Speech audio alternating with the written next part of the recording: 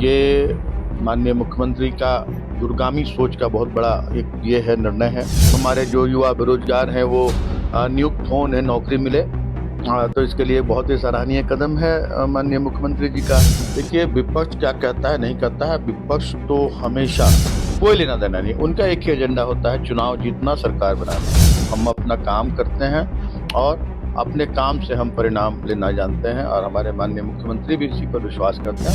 Sir, एक तरीके से चीटर्स के ऊपर एक बड़ा सर्जिकल स्ट्राइक मुख्यमंत्री हेमंत सोरेन ने किया है। एक बड़ा कदम उनकी ओर से उठाया गया इंटरनेट सेवाओं को लेकर। किसी भी क्षेत्र में कदाचार पर पूरी तरह से नियंत्रण हो, इसके लिए माननीय मुख्यमंत्री ने पहले भी बहुत सारे कदम उठाए हैं। हम लोगों ने कैबिनेट से में और विधानसभा में ऐसे हम लोगों ने विधेयक लाए हैं कि कदाचार में जो लिप्त पकड़े जाएंगे उनको कड़े सजा का भी प्रावधान हम लोगों ने किया है। और ये माननीय मुख्यमंत्री का दूरगामी सोच का बहुत बड़ा एक ये है निर्णय है कि इंटरनेट के माध्यम से आजकल ऑनलाइन भी चीटिंग होती है और हर एक परीक्षाओं में जितनी भी प्रतियोगी परीक्षाएं होती हैं, कभी ना कभी किसी न किसी रूप में उस पर प्रश्न चिन्ह लगते रहे हैं। तो ये पूरी तरह से नीट एंड क्लीन, पूरी तरह से फेयर और ट्रांसपेरेंट ये सीजीएल की परीक्षा हो और जल्द से जल्द लोग हमारे जो युवा बेरोजगार हैं वो नियुक्त हों, उन्हें नौकरी मिले।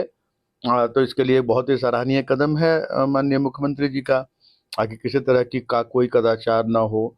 और हम लोगों का आज भले ही कोई कितना भी चिक चिक कर कोई गला फाड़ फाड़ कर चिल्ला ले, भ्रष्टाचार, कदाचार, लेकिन हमारी जितनी भी एजेंसियां हैं राज्य की, सभी तत्पर रहती है कि किसी तरह का कोई इस तरह का भ्रष्टाचार ना हो, कदाचार ना हो।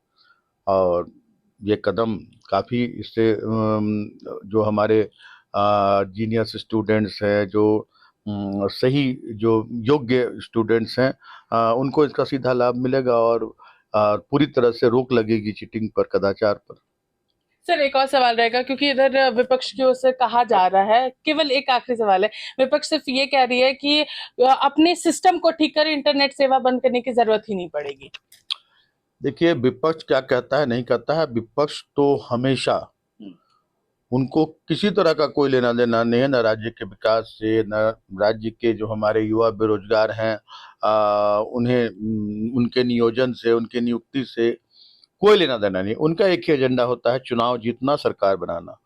और पूरी तरह से उसमें दिन रात लगे हुए हैं, चारों कोने से इनके देश के चारों कोने से और राज्य के चारों कोनों पर इनके नेता पहुंच रहे हैं, सारे काम धाम छोड़कर, अपने अपने राज्यों की जिम्मेदारी छोड़कर।